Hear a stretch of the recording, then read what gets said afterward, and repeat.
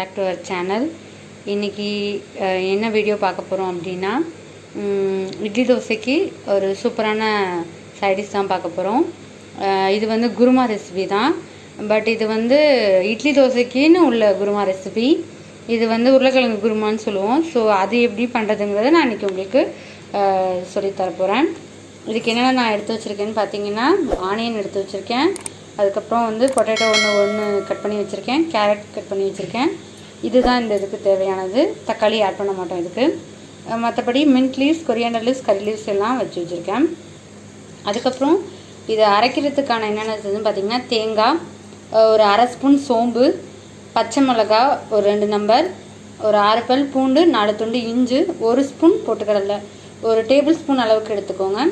இதெல்லாமே நம்ம அரைச்சிக்கணும். அப்புறம் தாளிக்கிறதுக்கு வந்து ஹோல் கரம் மசாலா எல்லாம் எடுத்து வச்சுருக்கேன்.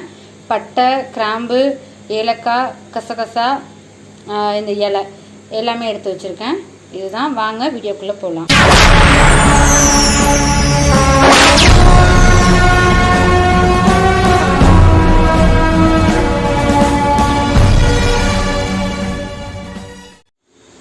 இப்போ ஆயில் விட்டுக்கலாம்.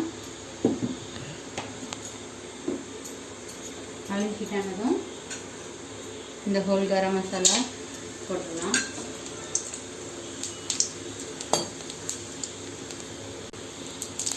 இப்போ அது பொரிஞ்சதும் ஆனியன் சேர்த்துக்கலாம்.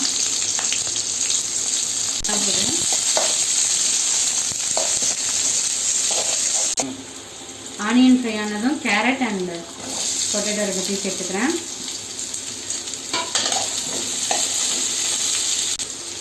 இதில் தேவையான அளவுக்கு கல்லுப்பு சேர்த்துக்கிறேன். எவ்வளோ தண்ணி வேணுமோ அவ்வளோ தண்ணி சேர்த்துக்கிறேன். ஒரு 2 டம்ளர் அளவுக்கு சேர்த்துக்கோங்க. இருக்கட்டும். க்ளோஸ் பண்ணிவிட்டு மீடியம் ஃப்ளேமில் வச்சுருங்க. இந்த இது எல்லாமே ஒன்றா போட்டு அரைச்சிக்கலாம். இப்போது இந்த அளவுக்கு நல்லா ஃபைனாக அரைச்சிக்கோங்க.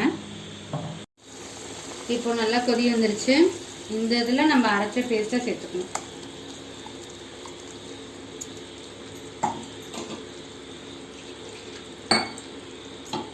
நீ ஆட் பண்ணிக்கோங்க.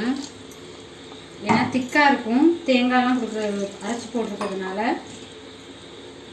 அதனால் நமக்கு எவ்வளோ வாட்டர் வேணுமோ, அவங்களுக்கு ரொம்ப திக்காக வேணும் அப்படின்னா தண்ணி கம்மியாக ஆட் பண்ணிக்கோங்க.